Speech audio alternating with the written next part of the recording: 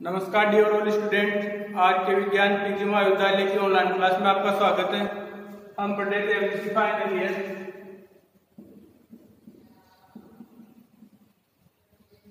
Botany paper 8 unit second. इससे पहले वाली क्लास के अंदर हमने टेम्परेचर स्टार्ट कर रखा था और टेम्परेचर का लास्ट फैक्टर स्टार्ट कर रखा था। इसके अंदर लास्ट फैक्टर के अंदर कौन सा था? On the basis of salt regulators, ये हमने डिस्कस किया था। इससे पहले वाली क्लास के अंदर यूरियोलाइन और स्टिनोलाइन। तो यूरियोलाइन से एनिमल्स को कौन से होंगे? Animal which are able to tolerate wide variation of salt concentration. ये पूरा हम इससे पहले वाली क्लास के अंदर डिस्कस कर चुके थे। अब हम इस क्लास में जो डिस्कस करेंगे वो क्या डिस्कस करेंगे? एक तो ग्राफ, कौन सा ग्राफ? जिसके अंदर यानी रेगुलेटर, कन्फर्मर्स और पार्शियल रेगुलेटर्स वो आएंगे और उनकी तीनों की डेफिनेशन डिस्कस करेंगे। फिर जो टेम्परेचर वाला टॉपिक है वो कंप्लीट हो जाएगा। टेम्परेचर के बाद हम स्टार्ट करेंगे सोयल, सोयल के बाद हम स्टार्ट करेंगे वाटर। तो यहाँ पे जो ग्राफ है वो प्लॉट कर देता हूँ पहले।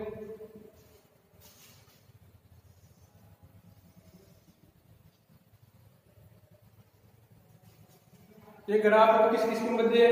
इंटरनल लेवल और एक्सटर्नल लेवल।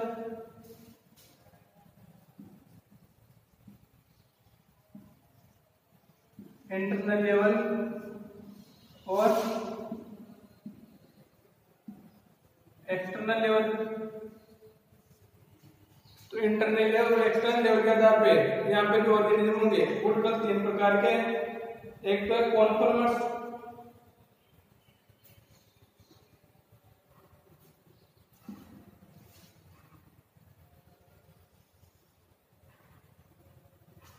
एक हो जाएंगे रेगुलेटर, एक हो जाएंगे पार्शियल रेगुलेटर्स।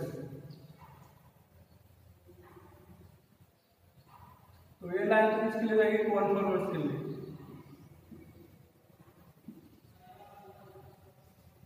और ऐसे एनिमल्स जो यानी टेम्परेचर को रेगुलेट करने की क्षमता रखते हैं वे कौन से जाएंगे? रेगुलेटर्स।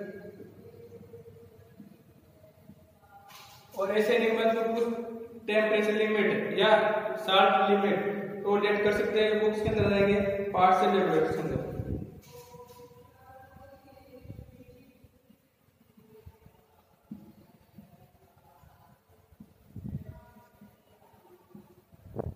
पार्शियल रेगुलेटर्स के अंदर। तो यहाँ पे जो ग्राफ प्लॉट किया गया है वो एक्सटर्नल लेवल और इंटरनल लेवल और एक्सटर्नल लेवल के मध्य किया गया है। तो इसके आधार पे 3 प्रकार के ऑर्गेनिज्म होंगे। कॉन्फर्मर्स ऐसे ऑर्गेनिज्म होंगे, ऐसे प्लांट या एनिमल होंगे जो यानी जैसे टेम्परेचर चेंज होगा खुद वो चेंज नहीं कर पाएंगे और खुद वो चेंज नहीं कर पाएंगे तो उनको क्या बोलेंगे? हम कॉन्फर्मर्स। और दूसरे इसके अंदर और दूसरा है रेगुलेटर्स के अंदर कौन से ऑर्गेनिज्म आएंगे? ऐसे प्लांट है एनिमल जो यानी जैसे टेम्परेचर हाई हो या लो उसको रेगुलेट करने की क्षमता पाई जाती है। अर्थात आप बोल सकते हो कि जो रेगुलेटर्स होंगे इनके अंदर अडेप्टेशन प्रेजेंट होंगे। तो अडेप्टेशन प्रेजेंट होंगे तो जब टेम्परेचर हाई होगा या लो होगा उसको क्या करेंगे? रेगुलेट कर पाएंगे। तो क्या बोलते हैं? रेगुलेटर्स। तो पार्शियल रेगुलेटर्स में कौन आएगा? ऐसे ऑर्गेनिज्म जो कुछ टेम्परेचर जैसे थोड़ा बहुत टेम्परेचर कम हुआ या ज्यादा हुआ या थोड़ी सी साल्ट कंसंट्रेशन कम हो गई या साल्ट कंसंट्रेशन हाई हो गई तो उसको रेगुलेट कर पाएंगे। वो किसके अंदर आएंगे? पार्शियल रेगुलेटर्स के अंदर। तो इसकी डेफिनेशन क्या हो जाएगी यहाँ पे रेगुलेटर्स की?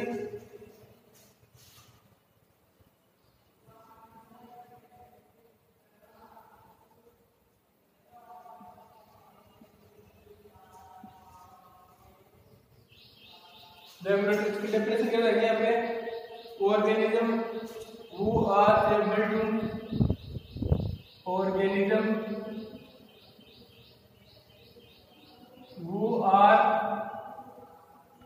able to organism who are able to maintain homeostasis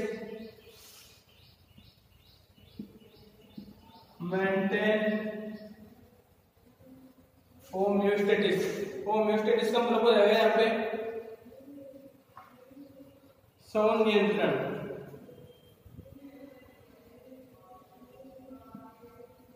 homeostasis by physiological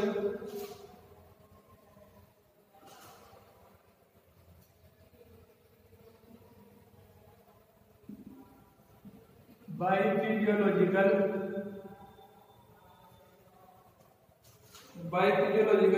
अब इस फिजियोलॉजिकल के अंदर some time behaviour also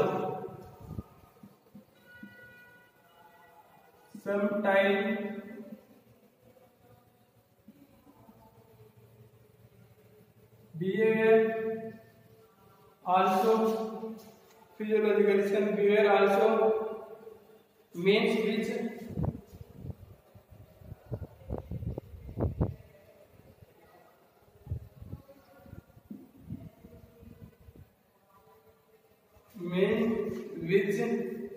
ensure constant body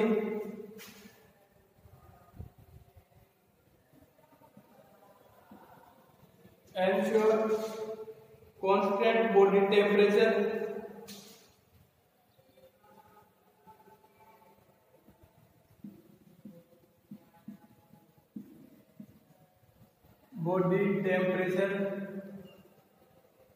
body temperature को कांस्टेंट रखते हैं, उनको क्या बोलते हैं? थर्मोरेगुलेशन।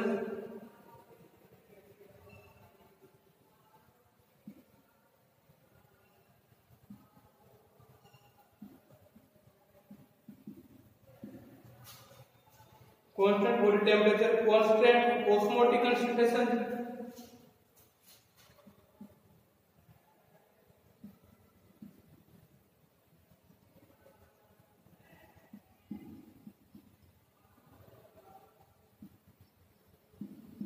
अब जो ऑस्मोटिक कंसंट्रेशन को कांस्टेंट रखेगा उनको क्या बोल देंगे? ऑस्मोरेगुलेटर।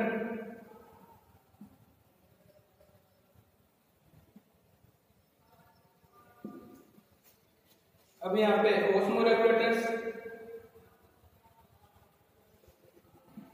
यानी रेगुलेटर के अंदर कौन से ऑर्गेनिज्म आएंगे? यहाँ पे maintain organism who are able to maintain homeostasis, यानी ऐसे ऑर्गेनिज्म जो अपना होमोस्टेसिस का नियंत्रण कर सके। बाय फिजियोलॉजिकल के अंदर कार्यगी के अंदर some time behaviour also, behaviour adaptation मैंने पढ़ाया था इससे पहले वाली क्लास के अंदर, वो भी इसके अंदर इंक्लूड है। मींस विच एंश्योर कांस्टेंट, यानी कांस्टेंट टेम्परेचर, ऐसे ऑर्गेनिज्म तो अपना टेम्परेचर बॉडी टेम्परेचर कांस्टेंट रख सकते, तो ऐसे ऑर्गेनिज्म बॉडी टेम्परेचर कांस्टेंट रख सकते, उनको हम क्या बोलते हैं? Thermoregulation. And constant osmotic concentration, यानी जो सांद्रता होगी उसको भी नियमित रख के उनको क्या बोलेंगे? ऑस्मोरेगुलेटर्स। ये सब किसके अंदर आएंगे? रेगुलेटर्स के अंदर आएंगे।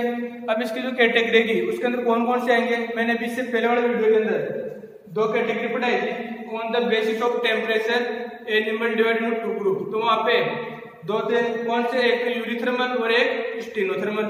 तो जो यूरिथर्मल एनिमल थे उनके अंदर क्या पाया जाता था? अडेप्टेशन पाए जाएंगे, तो वो क्या करेंगे? टॉलरेट कर पाएंगे टेम्परेचर को, तो अडेप्टेशन के कारण। तो इसका एग्जांपल क्या जाएगा? एक तो यूरिथर्मल्स और दूसरा क्या जाएगा? यूरिया लाइन्स एनिमल्स होंगे, वो भी क्या करेंगे? यानी जो साल्ट कंसंट्रेशन है उसको टॉलरेट कर सकते हैं। तो इसका एग्जांपल क्या देंगे? यूरिया लाइन्स और यूरिथर्मल्स। इसके दो एग्जांपल है रेगुलेटर्स के अंदर।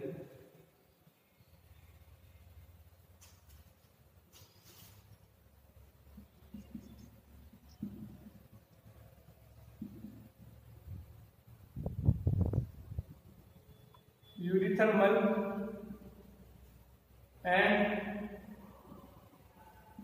यूरिहेलाइन प्लांट्स एंड एनिमल्स, ये दोनों किसके अंदर जाएंगे? रेगुलेटर्स के एग्जाम्पल हो जाएंगे। और यहाँ पे इसका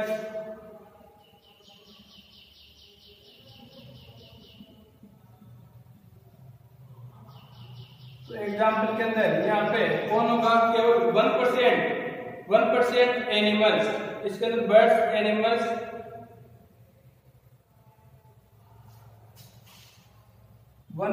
एनिमल होंगे, वो क्या होंगे? रेगुलेटर्स। एनिमल्स में क्या आएगा? बर्ड्स और एनिमल्स,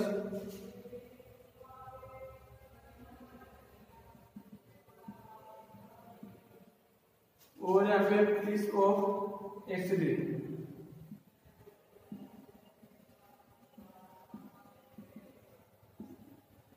ये इसके एग्जाम्पल रहेंगे रेगुलेटर्स। रेगुलेटर्स की डेफिनेशन क्या हो जाएगी यहाँ पे, जब टेम्परेचर हाई हो, लो या फिर साल्ट कंसंट्रेशन हाई हो या लो, उसको टॉलरेट कर सके, उनको हम क्या बोलेंगे, रेगुलेटर्स। तो रेगुलेटर्स के अंदर एग्जांपल आएगा यूरिथर्मल्स। यूरिथर्मल्स का इससे पहले वाले वीडियो के अंदर मैंने यूरिथर्मल डिस्कस किया था। ऐसे ऑर्गेनिज्म जिनके अंदर यानी एडेप्टेशन प्रेजेंट हो, तो एडेप्टेशन यानी अनुकूलन पाए जाएंगे। अनुकूलन किसके लिए, टेम्परेचर को, टेम्परेचर जैसे हाई हो रहा है, लो हो रहा है, उसको टॉलरेट करने के लिए, या फिर जैसे साल्ट कंसंट्रेशन हाई हो रही है या लो हो रही है, उनको टॉलरेट करने के लिए एडेप्टेशन पाए जाएंगे। तो वो किसके अंदर आएंगे, रेगुलेटर्स के अंदर आएंगे। दूसरा यूरियलाइंस। तो यूरियलाइंस तो भी लिखा हुआ है, euryhalines animals which are able to, यानी यहाँ पे ऐसे एनिमल्स जो साल्ट कंसंट्रेशन लो और हाई उसको टॉलरेट कर सके, वो किसके अंदर आएंगे, यूरियलाइंस के अंदर आएंगे। इसका एग्जांपल फिश ऑफ एस्चुरी। तो ये मैंने एग्जांपल लिख दिए। रेगुलेटर्स के अंदर केवल 1% एनिमल्स आते हैं और बाकी जो 99% वो किसके अंदर आते हैं, कॉन्फोर्मर्स के अंदर आते हैं। यानी जो टेम्परेचर हाई, लो, साल्ट कंसंट्रेशन हाई, लो को टॉलरेट नहीं कर पाते, वो किसके अंदर आते हैं, कॉन्फोर्मर्स के अंदर आते हैं। तो इसकी डेफिनेशन क्या है कॉन्फोर्मर्स की,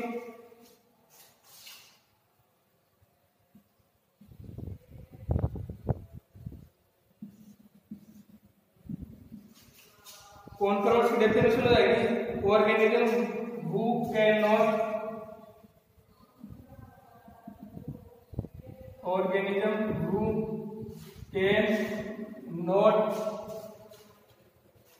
cannot maintain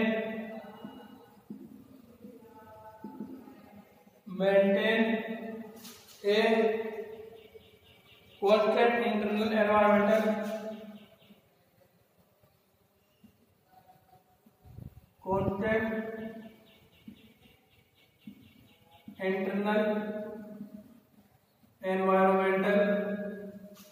constant internal environmental means their body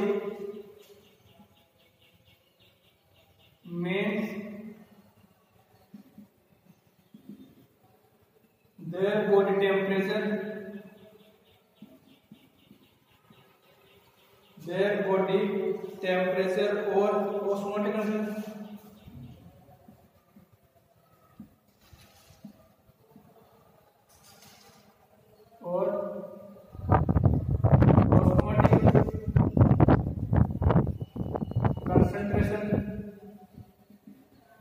osmotic concentration change with external environment, change with the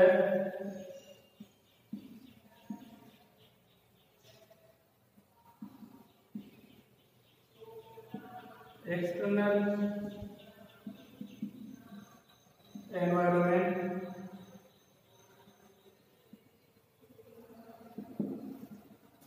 अब यहाँ पे इसका एग्जांपल रहेगा कॉन्फरेंस का स्टेनोथर्मल्स और स्टेनोलाइंस।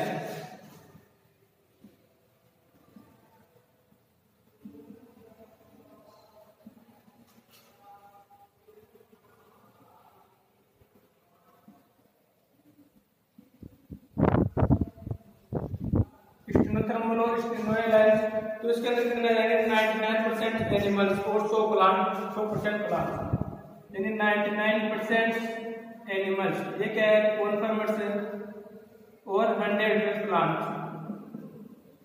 सभी प्लांट्स किसके अंदर आएंगे, यहाँ पे कॉन्फर्मर्स के अंदर आ जाएंगे। तो ये जो टॉपिक चल रहा था temperature effect on the basis of salt regulators, वो भी कंप्लीट हो गया है। यानी जो टेम्परेचर टॉपिक था वो कंप्लीट हो चुका है। अब इसके अंदर एक दो डेफिनेशन डिस्कस करनी है, उसके बाद में हम डिस्कस करेंगे यहाँ पे सोइल। तो इसके अंदर छठा चैप्टर था on the basis of salt regulators. Salt regulators के आधार पे दो प्रकार की कैटेगरी, यूरियलाइंस और स्टेनोलाइंस। तो यूरियलाइंस के अंदर कौन से एनिमल आएंगे, animals which are able to tolerate wide variation of salt concentration, यानी ऐसे एनिमल्स जो साल्ट कंसंट्रेशन को हाई और लो साल्ट कंसंट्रेशन को क्या कर सकते हैं, टॉलरेट कर सके, वो किसके अंदर आ जाएंगे, यूरियलाइंस के अंदर आ जाएंगे। In which animals adaptation are present, in animals के अंदर अनुकूलन उपस्थित होगा। इसका एग्जांपल है फिश ऑफ एस्चुरी। दूसरी कैटेगरी स्टेनोलाइंस। स्टेनोलाइंस को क्या बोलेंगे, एनिमल्स व्हिच आर अनेबल, ऐसे एनिमल्स जो अनेबल यानी टॉलरेट नहीं कर सकते, tolerate variation of salt concentration high और लो साल्ट कंसंट्रेशन को टॉलरेट नहीं कर सकते, वो किसके अंदर आ जाएंगे, स्टेनोइड लाइन्स के अंदर आ जाएंगे। In which animal adaptation are absent, in animals के अंदर अडेप्टेशन क्या होगा, एब्सेंट होगा, तो इसके अंदर आएंगे मैक्सिमम एनिमल्स आ जाएंगे। अब इन्हीं के आधार पे यूरियोथर्मल्स, स्टेनोथर्मल्स, यूरियल लाइन्स और स्टेनोइड लाइन्स के आधार पे ये ग्राफ है, यानी ग्राफ इसके मध्य एक्सटर्नल फैक्टर या एक्सटर्नल लेवल और इंटरनल लेवल के मध्य ग्राफ है। तो इसका आधार पे तीन कैटेगरी है। तीन कैटेगरी कौन सी है, कॉन्फॉर्मर्स ऐसे एनिमल्स या प्लांट्स होंगे या ऑर्गेनिज्म, ऐसे ऑर्गेनिज्म होंगे जो कैन नॉट मेंटेन, यानी किसको मेंटेन नहीं कर सकेंगे। जैसे बाहरी एक्सटर्नल फैक्टर चेंज हुआ, टेम्परेचर चेंज हुआ या साल्ट कंसंट्रेशन चेंज हुई, तो वो एनिमल्स क्या करेंगे, खुद को उसके अकॉर्डिंग टॉलरेट नहीं कर पाएंगे, तो वो किसके अंदर आएंगे, कॉन्फॉर्मर्स के अंदर जाएंगे। तो conformers organism who can not maintain constant internal environment, यानी खुद का जो आंतरिक एनवायरनमेंट होगा वो टॉलरेट चेंज हो जाएगा इसके साथ में, एक्सटर्नल फैक्टर के साथ में, means they body temperature air और ऑस्मोटिक कंसंट्रेशन। जैसे बाहर का एनवायरमेंटल टेम्परेचर चेंज हुआ तो उनका बॉडी टेम्परेचर भी चेंज हो जाएगा, बाहर कंसंट्रेशन चेंज तो इनकी जो बॉडी के अंदर कंसंट्रेशन चेंज होगी वो भी चेंज हो जाएगी। चेंज इन एक्सटर्नल एनवायरमेंटल, जैसे बाहरी वातावरण में चेंज होगा तो जो कॉन्फॉर्मर्स का जो इंटरनल वातावरण होगा वो भी चेंज होगा। जैसे बाहर एनवायरमेंट का टेम्परेचर से 30 डिग्री सेंटीग्रेड है, तो यहाँ पे जो ऑर्गेनिज्म होगा उसका भी क्या होगा, बॉडी टेम्परेचर 30 डिग्री सेंटीग्रेड हो जाएगा। बाहर टेम्परेचर से मान लो 20 डिग्री सेंटीग्रेड है, तो यहाँ पे जो एनिमल्स है ऑर्गेनिज्म होगा उनका बॉडी टेम्परेचर भी क्या होगा, 20 डिग्री सेंटीग्रेड हो जाएगा। लेकिन दूसरी कैटेगरी यहाँ पे रेगुलेटर्स का मतलब यहाँ पे जैसे आप एक्सटर्नल लेवल चेंज करोगे, एक्सटर्नल लेवल चेंज करने पे इंटरनल लेवल पे कोई फर्क नहीं पड़ेगा, नहीं बॉडी टेम्परेचर यहाँ पे 37 डिग्री सेंटीग्रेड है तो 37 डिग्री सेंटीग्रेड रहेगा, चाहे बॉडी टेम्परेचर बाहर से एनवायरमेंट के अंदर टेम्परेचर 60 डिग्री सेंटीग्रेड है, लेकिन बॉडी टेम्परेचर फिर भी कितना रहेगा, 37 डिग्री सेंटीग्रेड रहेगा। यानी जो बाहर एनवायरमेंटल कंडीशन चेंज होगी तो खुद वो एनवायरमेंटल के अकॉर्डिंग चेंज नहीं करेंगे, यानी खुद का बॉडी टेम्परेचर या साल्ट कंसंट्रेशन क्या रखेंगे, कांस्टेंट रखेंगे, वो क्या हो जाएंगे, रेगुलेटर्स हो जाएंगे यहाँ पे।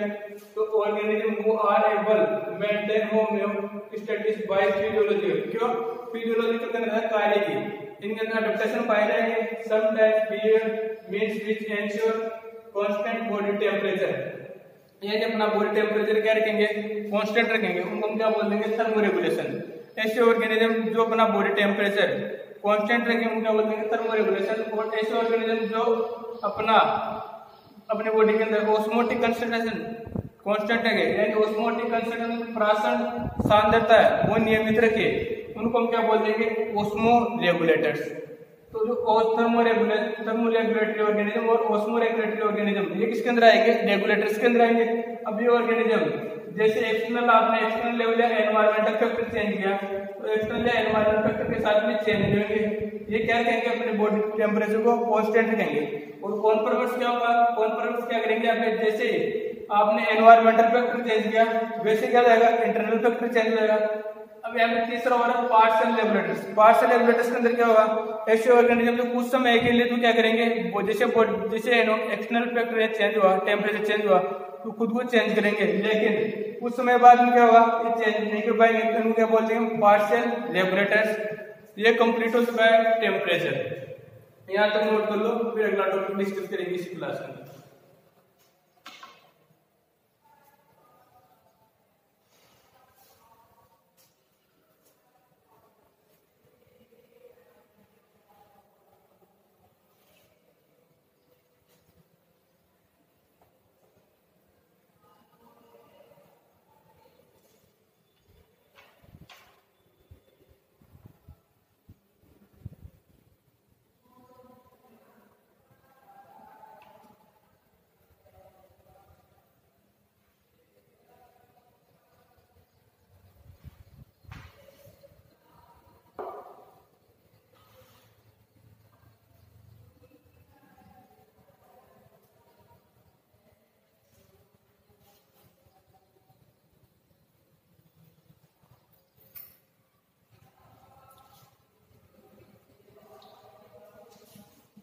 अब यहाँ पे अगला टॉपिक है लैटिट्यूड एंड एल्टीट्यूड। ये पहले भी हम डिस्कस कर चुके हैं, लेकिन इसका एग्जांपल लिख देना। अभी पूरा डिटेल से डिस्कस करते हैं लैटिट्यूड एंड एल्टीट्यूड को।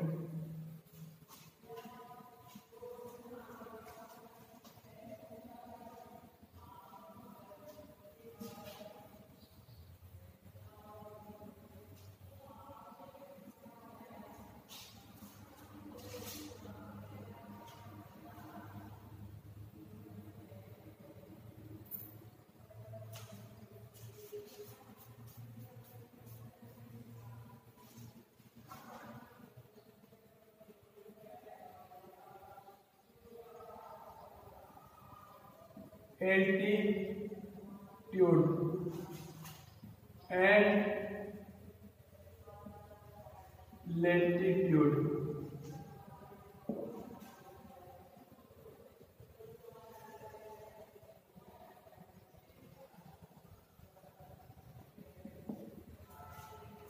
एल्टीट्यूड का मतलब क्या होगा, लैटिट्यूड का मतलब क्या होगा यहाँ पे। तो स्टार्टिंग फ्रॉम एल्टीट्यूड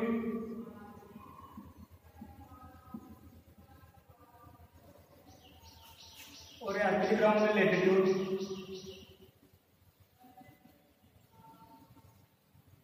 तो एल्टीट्यूड तो क्या रहेगा यहाँ पे, height about the sea surface of any place.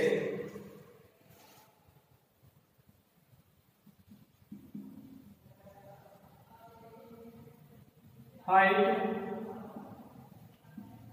above the sea surface of any place, sea surface of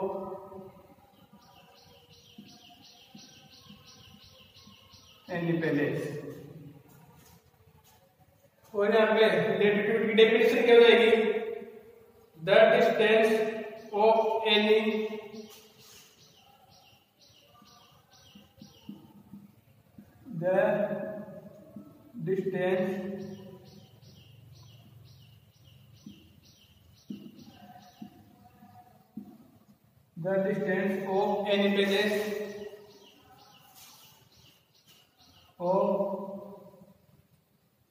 place from the equator।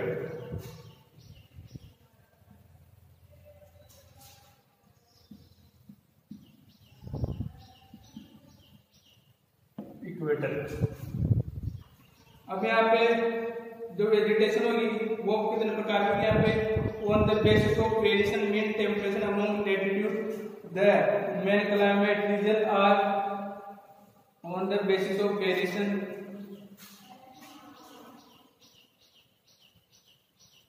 यहाँ पे पहले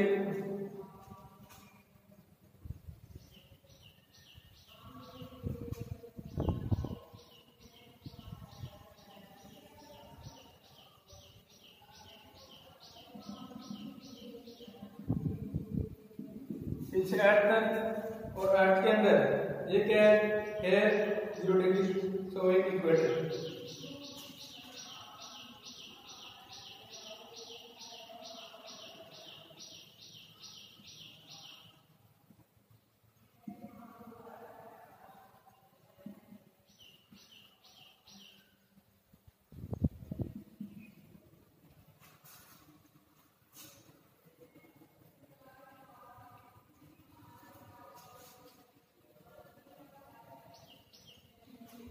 showing the equator।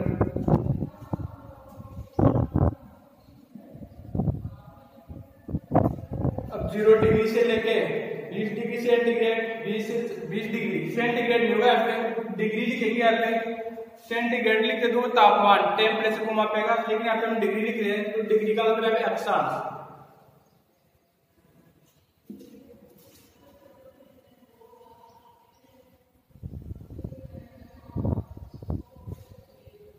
ये 20 डिग्री, ये 40 डिग्री, ये 60 डिग्री। आपको यहाँ पे सेंटीग्रेड नहीं लिखना है, सेंटीग्रेड लिखे तो वो टेम्परेचर की यूनिट हो जाएगी। इसी प्रकार नीचे की तरफ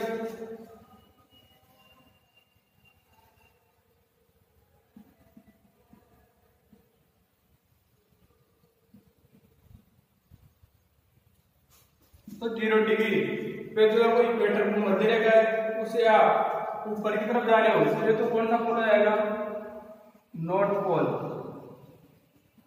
या इसको बोलते हैं आर्कटिक।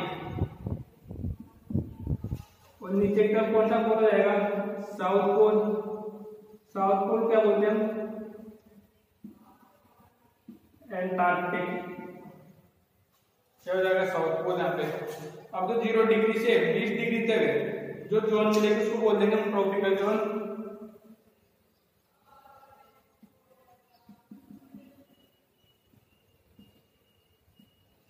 नीचे की तरफ भी ट्रॉपिकल जोन। और जो 20 डिग्री से 40 डिग्री तक मिलेगा उसको बोल देंगे हम सब ट्रॉपिकल जोन।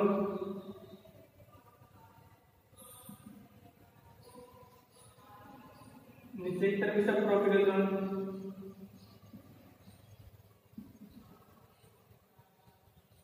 और 40 डिग्री से 60 डिग्री तक मिलेगी उसको बोल देंगे हम टेम्परेट जोन।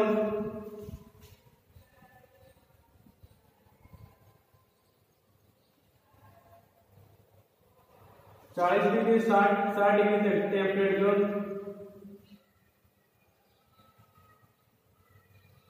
और 60 डिग्री से बहुत लेवल पे बोलेंगे Arctic zone.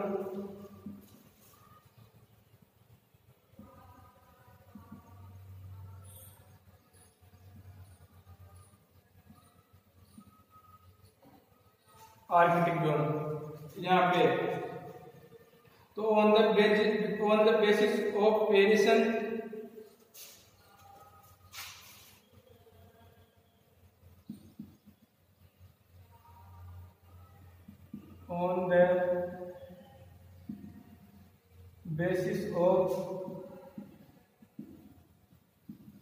on the basis of variation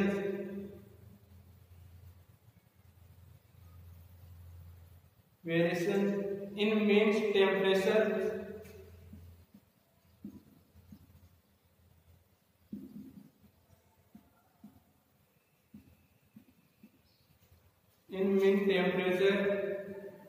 along latitude the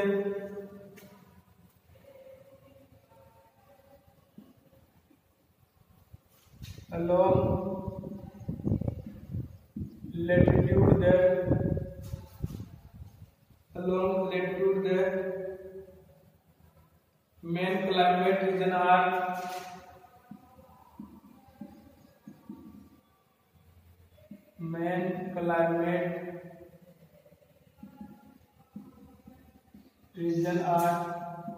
तो पहला रीजन होगा वो कौन सा होगा यहाँ पे, ट्रॉपिकल।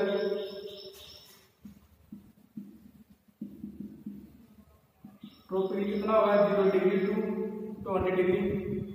और दूसरा रीजन होगा वो कौन सा होगा यहाँ पे,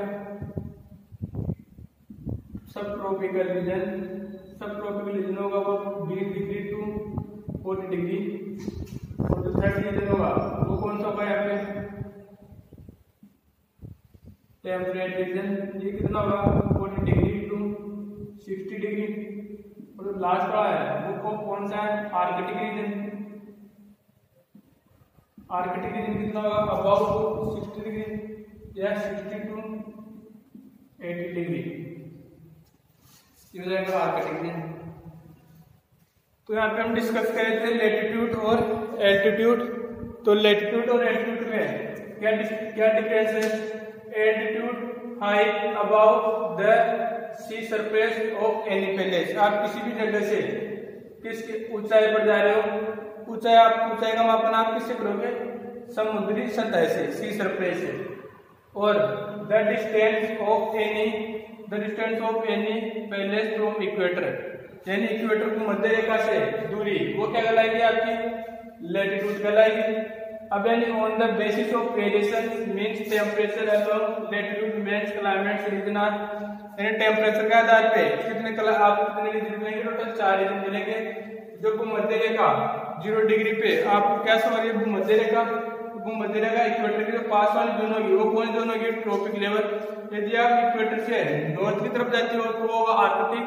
इक्वेटर से आप यदि साउथ पोल की तरफ जाते हो क्या होगा, एंटार्क्टिक। तो यहाँ पे 0 डिग्री यानी आप क्या बोलोगे, इक्वेटर के जो आसपास वाला एरिया होगा वो कौन सा होगा, ट्रॉपिकल जोन वाला होगा। फिर आप 20 डिग्री से 40 डिग्री जाते हो तो वो कौन सा होगा, सब ट्रॉपिकल जोन। और अब आप 40 डिग्री से 60 डिग्री तक जाते हो तो वो कौन सा होगा, टेम्परेट जोन। और 60 डिग्री से 80 डिग्री से बहुत जाते हो आपको कौन सा जोन होगी, Arctic zone.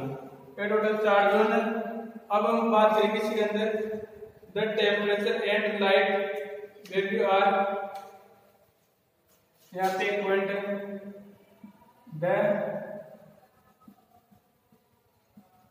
the temperature and light value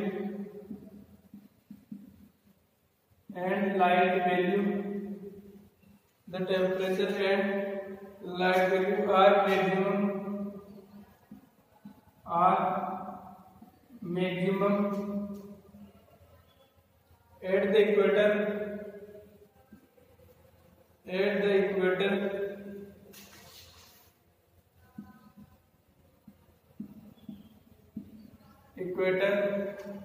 जब टेम्परेचर एंड लाइट की वैल्यू अधिकतम कहाँ पे होगी, इक्वेटर पे होगी, और decrease gradually towards the pole,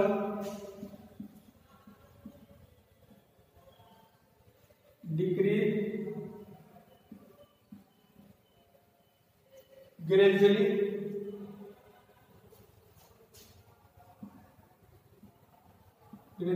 towards the pole.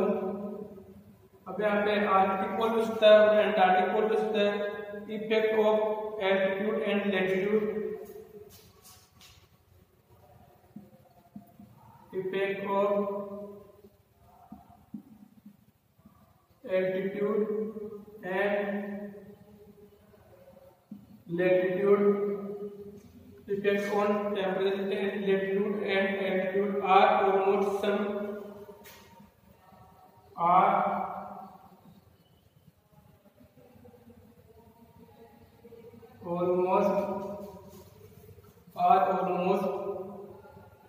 same on temperature, same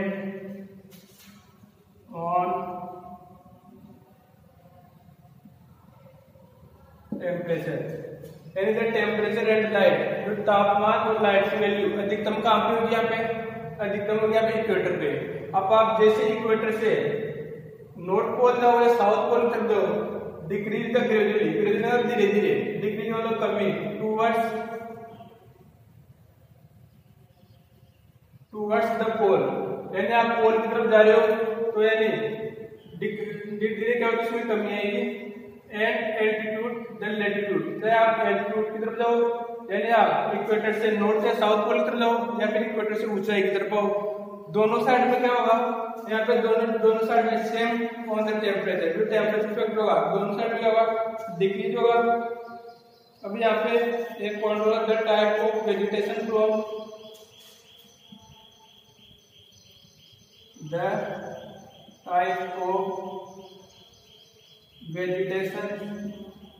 the type of vegetation from sea level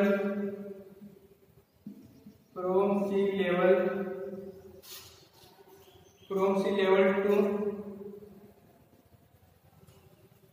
measuring latitude,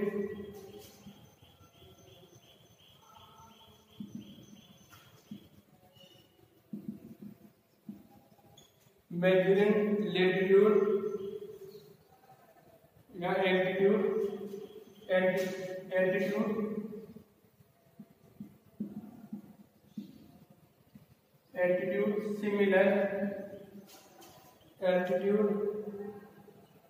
similar to increasing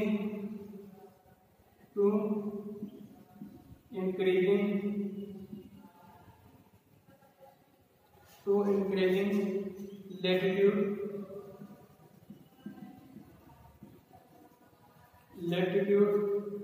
distance from equator, latitude का मतलब क्या आएगा, distance from equator। ये जो topic था latitude और altitude वो complete हो गया है।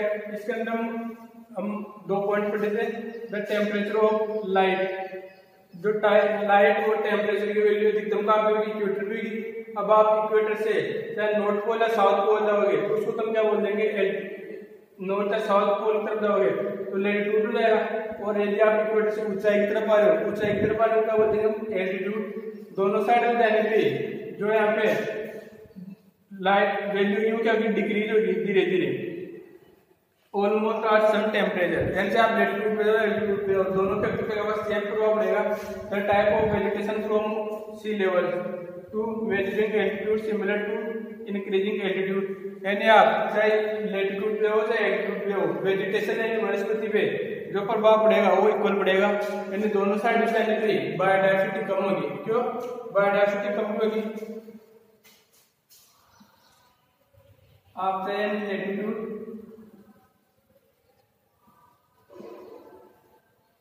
या एल्टीट्यूड, दोनों साइड में जाओगे, दोनों साइड में जाने पे क्या होगा, आपके टेम्परेचर में कमी आ रही है, टेम्परेचर डिक्रीज हो रहा है, तो टेम्परेचर डिक्रीज होगा तो वहां पे बायोडायवर्सिटी क्या होगी, डिक्रीज। एक टोटल डिस्कशन हो चुका है। अब जो टेम्परेचर वाला फैक्टर था वो कंप्लीट हो गया है।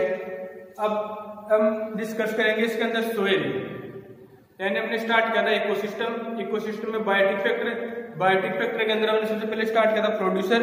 प्रोड्यूसर के बारे में मैंने बताया था ग्रीन प्लांट। फिर स्टार्ट किया था कंज्यूमर। कंज्यूमर में दो प्रकार बताए थे मैंने, मैक्रो कंज्यूमर और माइक्रो कंज्यूमर। तो जो मैक्रो कंज्यूमर होगा वो फिर से तीन प्रकार का बताया था मैंने, primary consumer, secondary consumer, top consumer. और माइक्रो कंज्यूमर मैंने भी डिस्कस नहीं किया था, मैंने बोला था माइक्रो कंज्यूमर हम डिस्कस करेंगे सोइल के अंदर। तो अब सोइल पर जाएंगे तो उसके अंदर माइक्रो कंज्यूमर डिस्कस करेंगे। अब फिर हमने स्टार्ट किया था अबायोटिक फैक्टर। अबायोटिक फैक्टर के अंदर सबसे पहले डिस्कस किया था हमने लाइट। लाइट के बाद हमने स्टार्ट किया था टेम्परेचर। तो टेम्परेचर के अंदर हमने टोटल 6-7 फैक्टर डिस्कस किए थे। पहला आता था plant, temperature effect on plant. दूसरा temperature effect on plant morphology. तीसरा था temperature effect on animal morphology. चौथा था temperature effect of animal physiology. पांचवा था उसके अंदर बिहेवियर एडेप्टेशन यानी व्यवहारिक अनुकूलन। और छठवा था उसके अंदर सेल्फर्स लॉ ऑफ टॉलरेंस। और लास्ट था on the basis of salt regulation. तो साल्ट रेगुलेशन के आधार पर हमने दो प्रकार के पढ़े थे, यूरिलाइन और स्टेनोलाइन। उसके बाद हमने पढ़ा था कन्फर्मर्स, रेगुलेटर्स।